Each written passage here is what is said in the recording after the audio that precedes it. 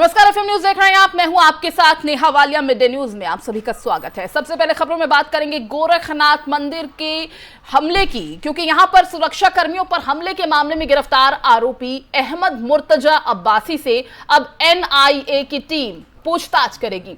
बताते चले कि अभी तक इस केस में पुलिस मुर्तजा अब्बासी से पूछताछ कर रही थी, लेकिन अब एनआईए की तीन सदस्य टीम आरोपी मुर्तजा से पूछताछ करेगी। इतना ही नहीं, इस बारे में एनआईए की टीम अपनी रिपोर्ट केंद्रीय गृह मंत्रालय को भी सौंपेगी। बताते चले कि इस केस की कमान अब एनआईए को सौंपी जा सकती है। अब्बासी ने पूछताछ के बाद एनआईए की टीम एक रिपोर्ट तैयार करेगी। इस रिपोर्ट को गृह मंत्रालय को सौंपा जाएगा और पुलिस को इस केस में हनी ट्रैप कनेक्शन की जानकारी भी मिली थी। अहमद मुर्तजा अब्बासी ने पुलिस पूछताछ में बताया था कि एक लड़की ने अपनी फोटो भेजकर भारत आकर मिलने का वादा किया था। इतना ही नहीं, मुर्तजा ने मदद के लिए 40,000 रुपए भी भेजे थे और इनके बाद ईमेल के जरिए ही बातचीत शुरू हुई थी। अब्बासी आईएसआईएस में शामिल होने की तैयारी करने लगा था। इसके बाद उसकी आईएसआईएस के लोगों से बातचीत शुरू हुई। अब्बासी ने पुलिस को बताया था कि उसने लड़की के बताए बैंक अकाउंट में 3 बार रुपए ट्रांसफर किए।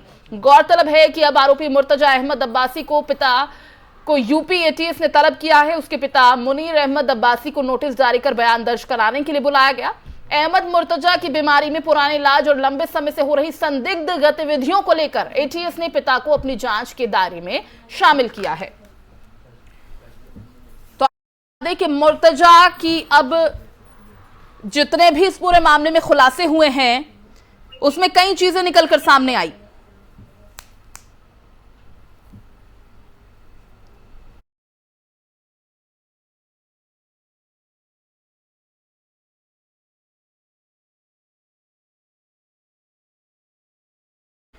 तो मुर्तजा अब्बासी केस में कह सकते हैं कि ये नया मोड़ अब सामने आया। इस पर ज्यादा बातचीत और जानकारी के लिए एफएम न्यूज के कार्यकारी संपादक अक्षय राय का रुख कर लेते हैं। अक्षय, जिस पूरे मामले में अब नया मोड़ देखने को मिल रहा है, एनआईए की एंट्री अब इसमें हो गई है। देखिए, जिस तरह से गोरखनाथ मंदिर में हमले का मामला सामने आया, उसके बाद तमाम जो सुरक्षा एजेंसियां हैं वो सक्रिय हुई थी। पहले एसटीएफ और उसके बाद एटीएस को मामले में लगाया गया था। एटीएस लगातार उससे पूछताछ कर रही है, लेकिन जिस तरह से वो नए नए खुलासे कर रहा है, उसके पासपोर्ट से जिस तरह से खबरें आई कि वो कुछ दिन पहले गया था और तमाम जो आतंकी संगठन है उससे भी जुड़े होने की उसकी जो खबरें आई, उस मामले को लेकर के एनआईए की एंट्री हो गई है। ये खबर आ रही है कि 3 सदस्यीय टीम जो एनआईए की है वो इससे पूछताछ करेगी और टेरर लिंक की जो खबरें सामने आई थी, एटीएस जो पूछताछ की थी, उसके बाद एनआईए की एंट्री काफी महत्वपूर्ण है, क्योंकि एनआईए सुरक्षा एजेंसी है। जब मुंबई धमाके हुए थे उसके बाद इसका गठन किया गया था और उसके बाद लगातार कई बड़े खुलासे एनआईए ने किए हैं। तो कि अब एटीएस की जिम्मेदारी कम खत्म हुई है। एनआईए की जो एंट्री भी है तो उसमें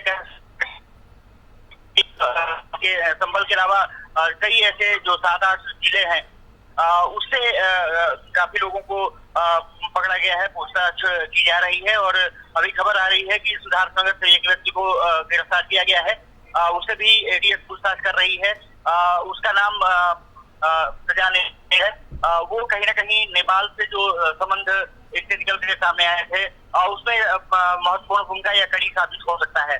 तो साफ तौर पर है कि टेरर लिंक को जिस तरह से प्रशांत जो एडीजी हैं उन्होंने कहा था कि टेरर लिंक भी सामने आ सकता है, उस कड़ी में एनआईए की एंट्री देखी जा रही है और एनआईए अब अपने तरीके से पूछताछ करेगी कि मुर्तजा आखिर कहाँ शामिल रहा है और क्या पाकिस्तान के लिंक के अलावा पाकिस्तान जाने की भी तो इसकी सूचना नहीं है। तो तमाम मुद्दों पर इसे अब एनआईए बातचीत करेगी।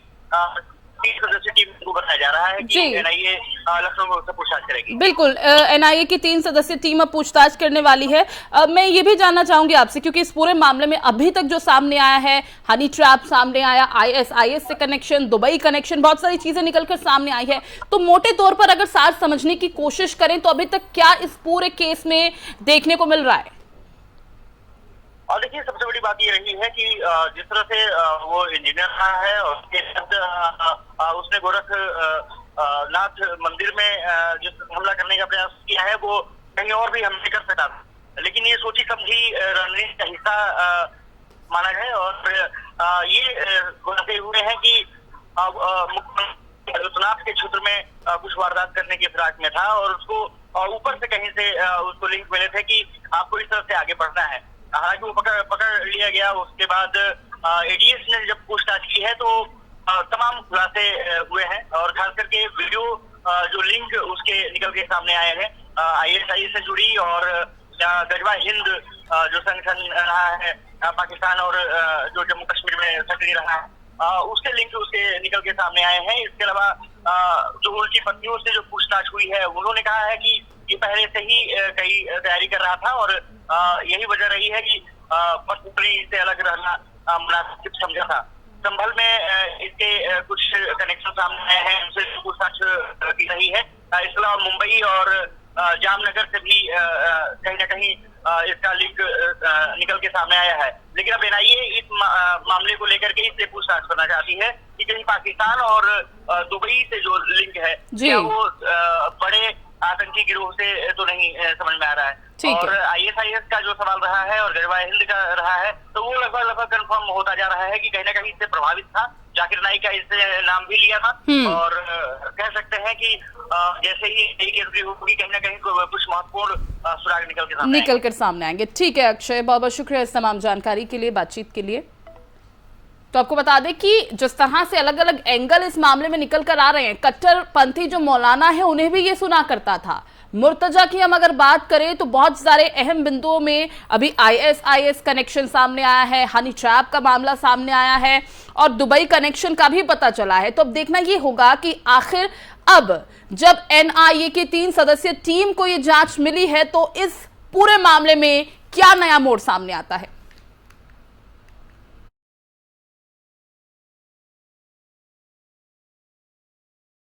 बढ़ते आगे, सरकार ने इस साल के रक्षा बजट के कैपिटल आउटले यानी पूंजीगत व्यय का 25% स्वदेशी प्राइवेट उद्योग के लिए सुरक्षित रखने का फैसला लिया है। यानी इस साल के बजट में 21,149 करोड़ का बजट सिर्फ स्वदेशी प्राइवेट कंपनियों द्वारा तैयार किए गए हथियार और अन्य साजो सामान पर खर्च किया जाएगा। रक्षा मंत्रालय के मुताबिक स्वदेशी कंपनियों के लिए आरक्षित बजट में से 1500 करोड़ स्वदेशी स्टार्टअप से हथियार या फिर तकनीकी खरीदारी के लिए रखा जाएगा। डिफेंस रिसर्च एंड डेवलपमेंट में प्राइवेट इंडस्ट्री को बढ़ावा देने के इरादे से पहली बार रक्षा बजट में R&D का 25% हिस्सा स्टार्टअप, स्वदेशी इंडस्ट्री और शैक्षिक संस्थानों को आवंटित किया जाएगा। इस बात की घोषणा खुद वित्त मंत्री निर्मला सीतारमण ने आम बजट में पेश करते हुए कही। इस साल रक्षा बजट में 2021-22 के मुकाबले करीब 10% की बढ़ोतरी हुई है। इस साल यानी 2022-23 का कुल रक्षा बजट करीब 5.25 लाख करोड़ है। पिछले साल यानी 2021-22 का कुल रक्षा बजट 4.78 लाख करोड़ था। इस साल के रक्षा बजट में सेनाओं के नए हथियार, सैन्य साजो सामान और अन्य आधुनिकीकरण के लिए कुल 1.52 लाख करोड़ कैपिटल आउटले रखा गया है। ये कैपिटल आउटले पिछले साल के मुकाबले करीब 12% ज्यादा है। पिछले साल पूंजीगत व्यय 1.35 लाख करोड़ था। खास बात यह है कि साल के डिफेंस कैपिटल बजट का 68% स्वदेशी हथियारों के लिए आवंटित किया गया है। वित्त मंत्री निर्मला सीतारमण ने खुद संसद में आम बजट पेश करते हुए इस बात की घोषणा की।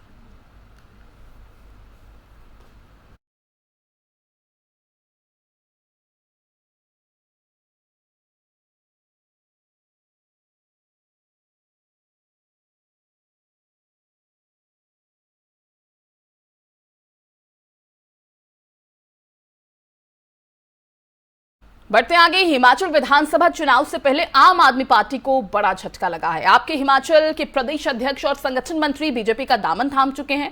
आपके प्रदेश अध्यक्ष अनूप केसरी, संगठन महामंत्री सतीश ठाकुर समेत कई नेता बीजेपी अध्यक्ष जेपी नड्डा की मौजूदगी में पार्टी में शामिल हुए।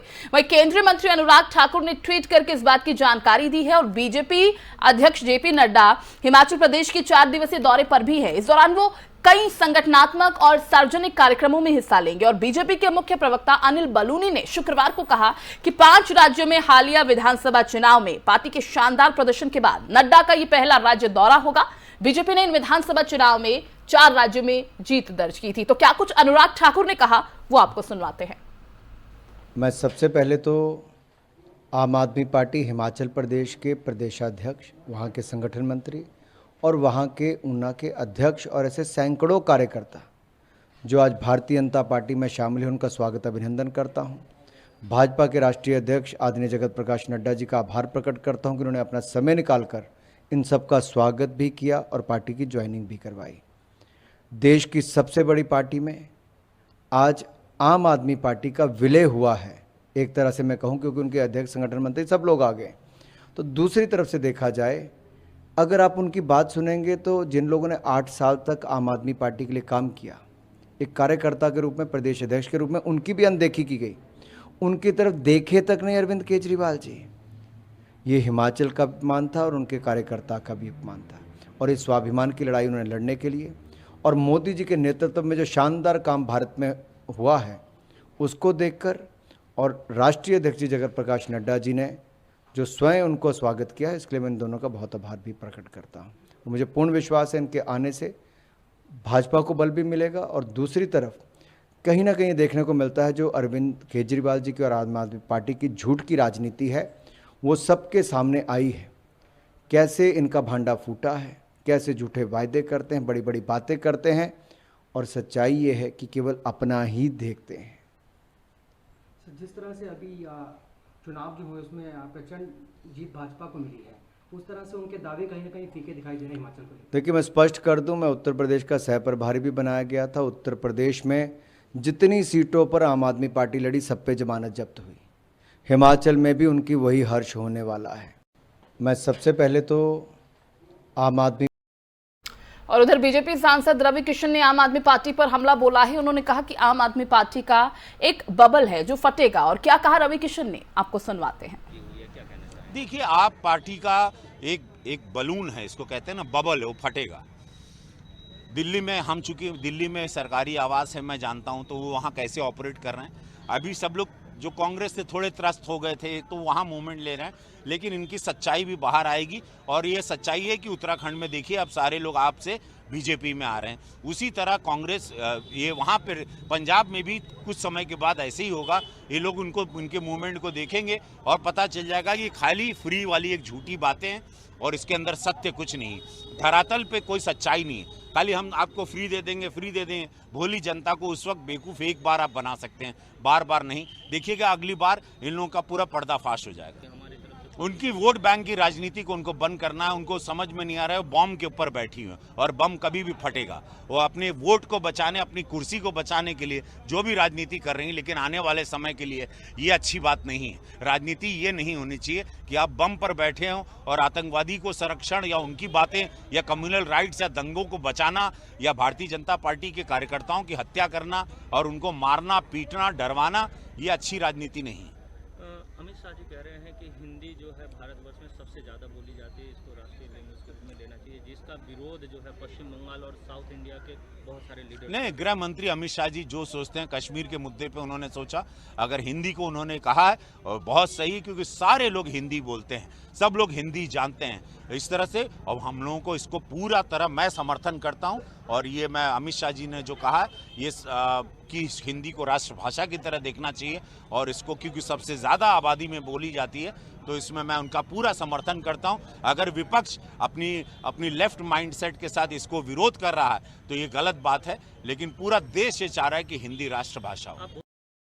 वहीं कोरोना वायरस के खिलाफ बूस्टर डोज को लेकर बड़ी जानकारी सामने आ रही है। अब 18 साल से ज्यादा उम्र के लोगों के लिए कोरोना के बूस्टर डोज को हरी झंडी मिल गई है।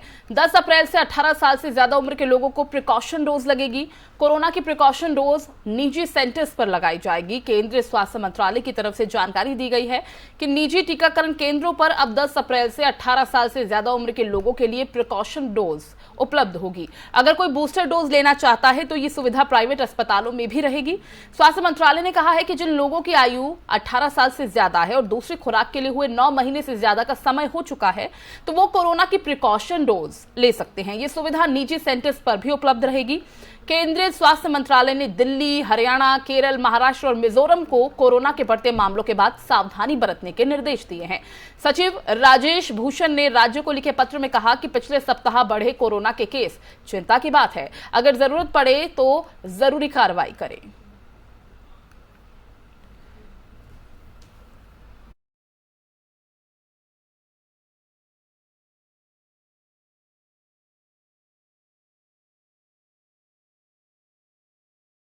प्रधान न्यायाधीश एनवी रमन ने शुक्रवार को कहा कि न्यायाधीशों को बदनाम करने का एक नया चलन सरकार ने शुरू किया है और उन्होंने इसे दुर्भाग्यपूर्ण करार दिया है। 3 न्यायाधीशों की पीठ की अध्यक्षता कर रहे एनवी रमन ने कहा, आजकल ये नया ट्रेंड शुरू हुआ है। दरअसल न्यायाधीश रमन की तरफ से इस तरह का बयान तब आया जब न्यायमूर्ति मुरारी और हेमा कोहली की पीठ छत्तीसगढ़ हाईकोर्ट के एक आदेश के खिलाफ अपील की सुनवाई कर रही थी। जानकारी के मुताबिक इसमें पूर्व मुख्यमंत्री रमन सिंह के प्रधान सचिव अमन सिंह और पत्नी यास्मीन सिंह के खिलाफ भ्रष्टाचार निवारण अधिनियम के तहत दर्ज प्राथमिकी को खारिज कर दिया गया था। बताया जा रहा है कि इस मामले को बीजेपी सरकार के बाहर होने और कांग्रेस के सत्ता में आने के बाद खारिज किया गया। जानकारी के मुताबिक राज्य पुलिस की आर्थिक अपराध शाखा ने साल 2020 25 फरवरी को उचित शर्मा की शिकायत के आधार पर प्राथमिकी दर्ज की। उचित शर्मा ने अमन सिंह और उनकी पत्नी पर आय से अधिक संपत्ति की जांच की मांग करते हुए ये याचिका दर्ज कराई थी और 28 फरवरी 2020 को हाईकोर्ट ने एक अंतरिम आदेश में निर्देश दिया कि अमन सिंह और उनकी पत्नी के खिलाफ कोई कठोर कदम ना उठाया जाए। वही साल 2022 10 जनवरी को हाईकोर्ट ने प्राथमिकी को रद्द करते हुए कहा कि याचिकाकर्ता के लगाए गए सभी आरोप संभावनाओं पर आधारित हैं और किसी भी व्यक्ति पर मुकदमा संभावना के तौर पर नहीं चलाया जा सकता।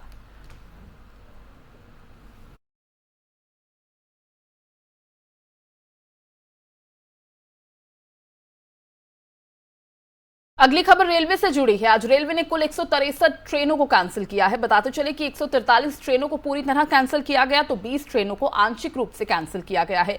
भारत में करोड़ों लोग रेलवे की सेवा का आनंद लेकर अपने गंतव्य स्थान तक पहुंचते हैं। ऐसे में रेलवे को भारत की लाइफलाइन माना जाता है और आज देश का एक बड़ा वर्ग जो है रेलवे से ही सफर करना पसंद करता है। रेलवे भी अपनी यात्रियों की सुविधाओं का पूरा ख्याल रखता है, लेकिन कई बार अलग अलग कारणों से ट्रेनों को कैंसिल करना पड़ता है। ऐसे में यात्रियों को बहुत ज्यादा परेशानी का सामना करना पड़ता है। ट्रेन में ट्रैवल करने के लिए लोग महीनों पहले रिजर्वेशन भी करा लेते हैं। ऐसे में आखिरी वक्त में ट्रेन कैंसिल होने से उनकी पूरी यात्रा का शेड्यूल बिगड़ जाता है और आज के दिन भी सैकड़ों की संख्या में ट्रेनों को कैंसिल और डाइवर्ट किया गया, रिशेड्यूल किया गया। वैसे तो ट्रेनों को कैंसिल, डाइवर्ट और रिशेड्यूल करने के पीछे कई कारण हो सकते हैं, लेकिन प्रमुख कारण होता है रेल पटरियों की मरम्मत। हर दिन हजारों की संख्या में ट्रेनों को रेलवे रोज संचालित करता है। ऐसे में रेल की पटरियों के समय समय पर मरम्मत करना जरूरी है। रेल की पटरियों की मरम्मत के कारण भी कई बार ट्रेनों को कैंसिल या फिर रिशेड्यूल किया जाता है।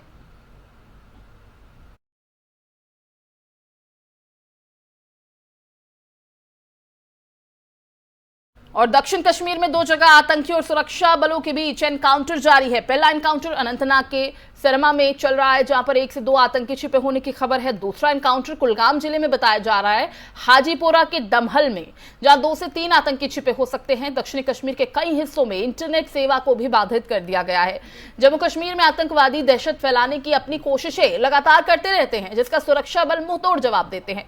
पिछले दिनों बुधवार को पुलवामा जिले के त्राल इलाके में सुरक्षा बलों के साथ हुई मुठभेड़ में प्रतिबंधित आतंकी संगठनों अंसार गजवतुल हिंद और लश्कर-ए-तैयबा के 2 आतंकी मारे गए थे। एक अधिकारी ने बताया था कि आतंकवादियों की पहचान अंसार गजवतुल हिंद के सफत मुजफ्फर सोफी उर्फ मुआविया को लश्कर के उमर तेली उर्फ तलहा के रूप में उनकी पहचान हुई है। कहा था कि दोनों इस साल की शुरुआत में श्रीनगर के खोनमो इलाके में एक सरपंच की हत्या समेत कई अन्य आतंकी मामलों में वांटेड थे। अधिकारी के मुताबिक दोनों आतंकवादियों ने हाल ही में त्राल में अपना ठिकाना बना लिया था। सेना ने सोमवार को बताया था कि जम्मू कश्मीर में 172 आतंकवादी सक्रिय हैं, जिनमें से 79 विदेशी आतंकी शामिल हैं। यह भी कहा गया था कि आतंकियों की संख्या में 15 स्थानीय युवा शामिल हैं, जो नए साल की शुरुआत से आतंकवाद में शामिल हो गए थे।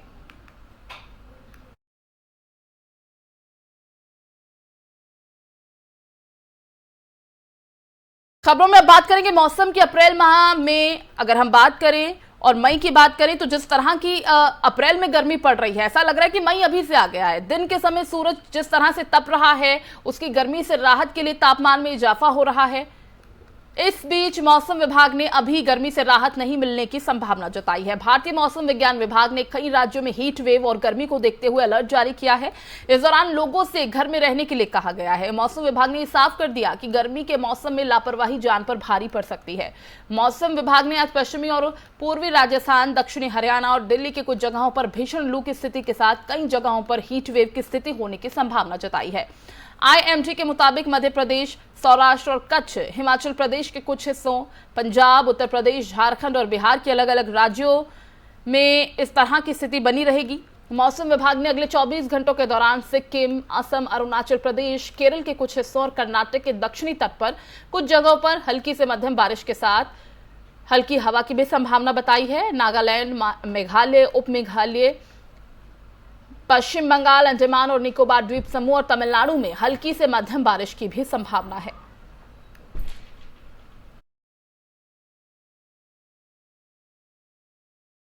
वहीं फ्रांस में राष्ट्रपति पद के चुनाव की वोटिंग का पहला चरण 10 अप्रैल को शुरू होगा। राष्ट्रपति इमैनुअल मैक्रों के सामने इस बार दक्षिणपंथी उम्मीदवार मरीन ली पेन की चुनौती है और इस बार चुनाव में कांटे की टक्कर मानी जा रही है।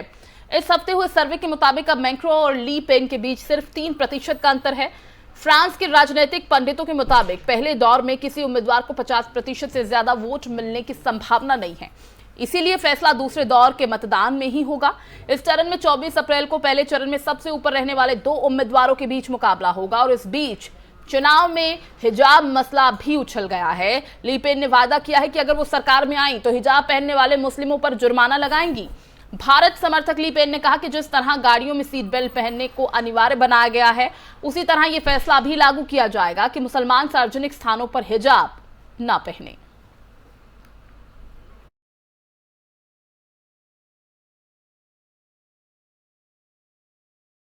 गृह मंत्रालय ने कुख्यात आतंकवादी संगठन लश्कर ए तैयबा के प्रमुख हाफिज सईद के बेटे तलहा सईद को UAPA एक्ट के तहत आतंकवादी घोषित किया है। तलहा सईद इस समय लश्कर ए तैयबा के मौलवी विंग का प्रमुख है। यह भी बता दें कि हाफिज मोहम्मद सईद को पाकिस्तान की कोर्ट ने एक दिन पहले ही 31 साल की सजा सुनाई है। हाफिज सईद पर अमेरिका ने भी करोड़ों रुपए का इनाम घोषित कर रखा है। उसे अमेरिका में साल 2008 में हुए आतंकवादी हमलों के लिए दोषी माना जाता है। केंद्रीय गृह मंत्रालय के एक अधिकारी ने बताया कि गृह मंत्रालय को सुरक्षा और खुफिया एजेंसियों ने जांच के बाद ये सूचना मिली कि तलहा सईद कुख्यात आतंकवादी संगठन लश्कर ए तैयबा के प्रशिक्षण केंद्रों में जाता है। वहां तकरीरें करके वो भारत के खिलाफ जिहाद करने के लिए लोगों को ट्रेनिंग देता है। केंद्रीय गृह मंत्रालय के अतिरिक्त सचिव प्रवीण वशिष्ठ के हस्ताक्षर के साथ केंद्रीय गृह मंत्रालय ने यह नोटिफिकेशन जारी किया है और इसमें तलहा हाफिज सईद को आतंकवादी करार दिया गया।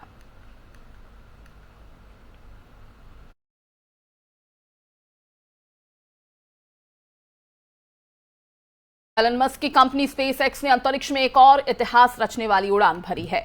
यह पहला स्पेस टूरिज्म मिशन है। ISS के लिए पहला पूरी तरह से प्राइवेट मिशन शुक्रवार को फ्लोरिडा से रवाना हुआ। स्पेस स्टेशन के लिए 4 मेंबर्स वाले क्रू ने स्पेस एक्स के फॉल्कन 9 रॉकेट में उड़ान भरी। इसमें 3 कस्टमर और नासा के एक पूर्व एस्ट्रोनॉट शामिल थे। 10 दिन के इस टूर के लिए एक सीट की कीमत करीब 417 करोड़ रुपए बताई जा रही है। अंतरिक्ष के लो अर्थ ऑर्बिट में सैर के लिए space agency, NASA, startup company axiom और स्पेसएक्स ने 3 तरफा साझेदारी की थी।